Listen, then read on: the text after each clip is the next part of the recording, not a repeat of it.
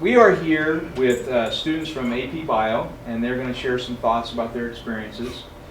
So what sort of content will students learn in this class?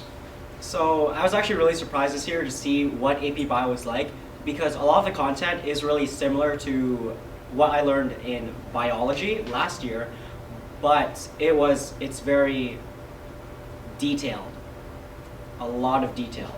So although you have like the general idea of everything from biology, you go way more in depth with AP Bio. So like in AP Biology, just like what Jay said, we do a lot of in-depth study. We also go like we talk more about like bacteria, viruses, instead of just like the photosynthesis stuff we do in bio. So it's just more just in-depth study. Yeah, I'd say that it's more in-depth. We have to learn how the principles that we learned in biology work, and I know it's kind of more in-depth from last year, but depending on what teacher you have, some of this stuff is going to be more familiar to you than others, and that was a big part of it for a lot of kids. Oh my gosh. Since I'm a senior, the only senior here, I actually took biology in my sophomore year. So coming back to like everything that I learned 2 years prior, it was really tough trying to connect those two because there was that gap in between where I had chemistry instead. So we're like, last thing I remember probably is like DNA, which is the end of sophomore year. And we're just now recently applying it again, and it's just really tough to connect them together again. Yeah, so what's learned from sophomore biology is really basic, and when you go into AP biology, like everything is about memorization and like interrelating all the concepts that you've learned from like your textbook, and you would have to memorize it and be tested within a week. So what sort of challenges did you face while taking this class?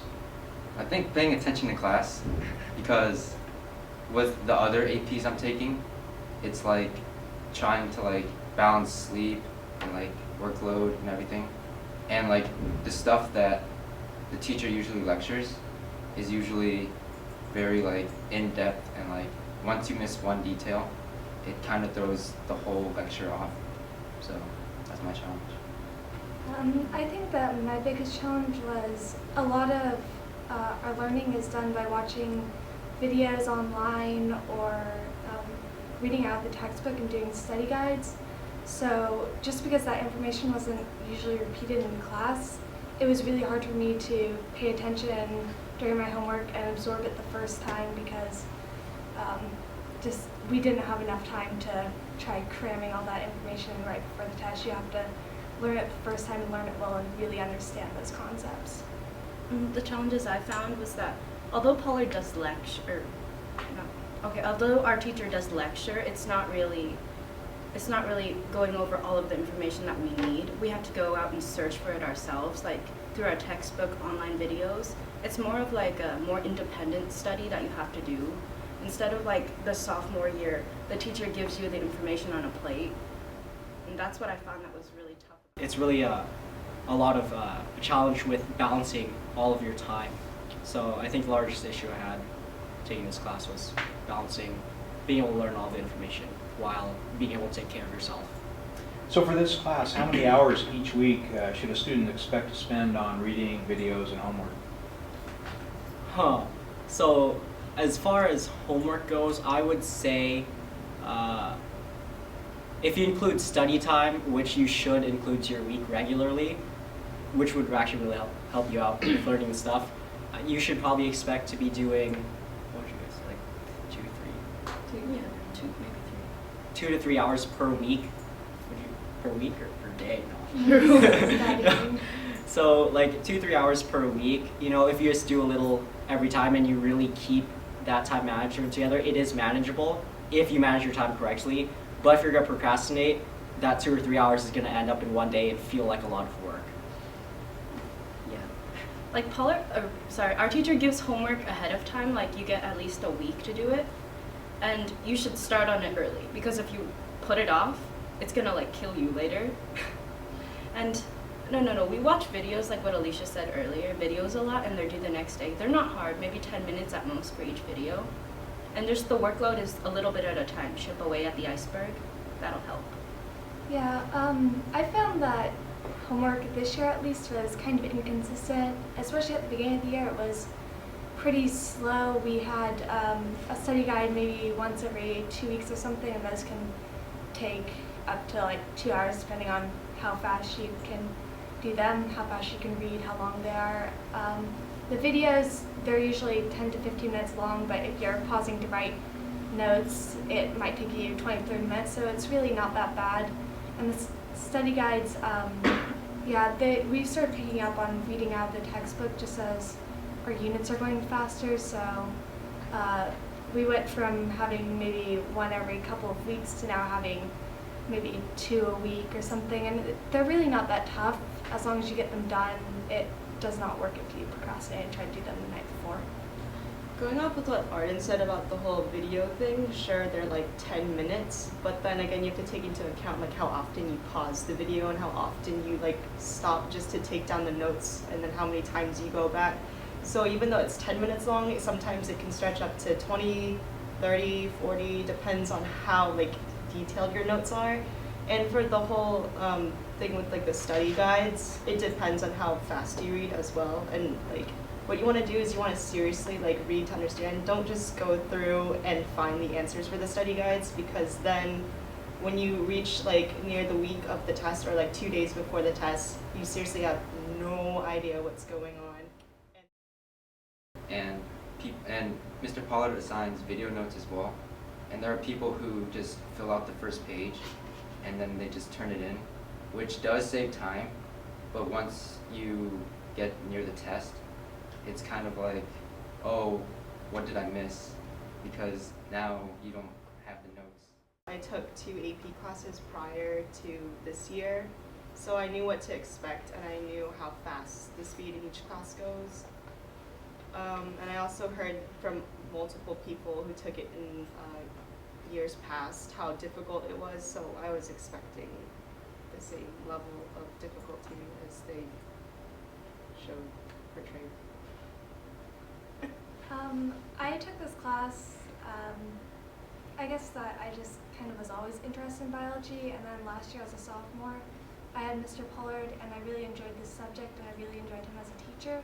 So, because I had been taking chemistry at the same time, I decided to go into AP Bio, and my sister also took the class last year, so I had kind of seen the homework load and a little bit of what the class was like at home, and I kind of decided, she did fairly well in class, so I decided that if she could handle it, I could probably handle it. So about the workload kind of met my expectations, although I wasn't really expecting or used to the idea of really learning outside of class on your own and having to memorize like that, and I wasn't really expecting what Jay discussed earlier as kind of just the physical and mental drain that AP classes cause when you just don't get a break.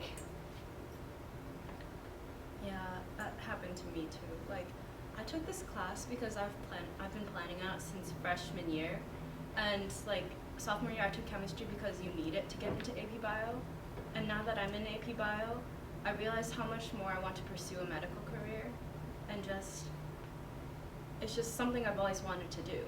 And like this class did meet my expectations, but there are just some little parts of it that were like, because I had not taken an AP class before, AP Bio and all the other classes this year. I was a little bit overwhelmed at first, but I've gotten used to it. I've gotten used to it over the semester, and I feel that AP classes are something you should do. It's going to help you prepare yourself for college and what will come. So originally trying to choose classes, it was like, what's gonna get me into the best colleges? What are my friends taking, and what is it that interests me? I think the thing that I should focus on the most this year for taking especially AP classes, which are rigorous classes, is what do I enjoy, because that's a really important part to choosing your classes. Don't take an AP class just because everyone else is taking it, and don't take an AP class just because you think you'll look good. You should genuinely enjoy the subject of that class you're taking. Because it's going to be so difficult and you're going to spend so much time with it, you should wisely choose the classes you take, especially if they're AP. So fortunately, I did enjoy biology prior to this, so I was like, why not AP biology? Sounds good. You know, I had a fun, easy time in sophomore year biology, so I was like, AP biology, let's go. And so I honestly didn't know what to expect from this. From the upperclassmen that I asked, what's AP biology like? And like, oh, well, it's a lot of work. It's a hard AP class. Just make sure to do your homework every week, do your study guides, and read the textbook. I'm like, okay, whatever that means. I don't know what a study guide is. And so coming into this class, I didn't know what to expect. Just lots of homework, lots of time commitment. But prior to actually taking classes like this during junior year, I didn't know what to expect for that. It's just words to me because I've never done anything like that. So coming into this class, I expected there to be lots of work, but you don't really get to know what that's like until you take that class. So I would say that expectation-wise, by definition of lots of work, yeah, it met that expectation, but I didn't know what I was expecting until, you get into it. Well, thank you for your time, guys.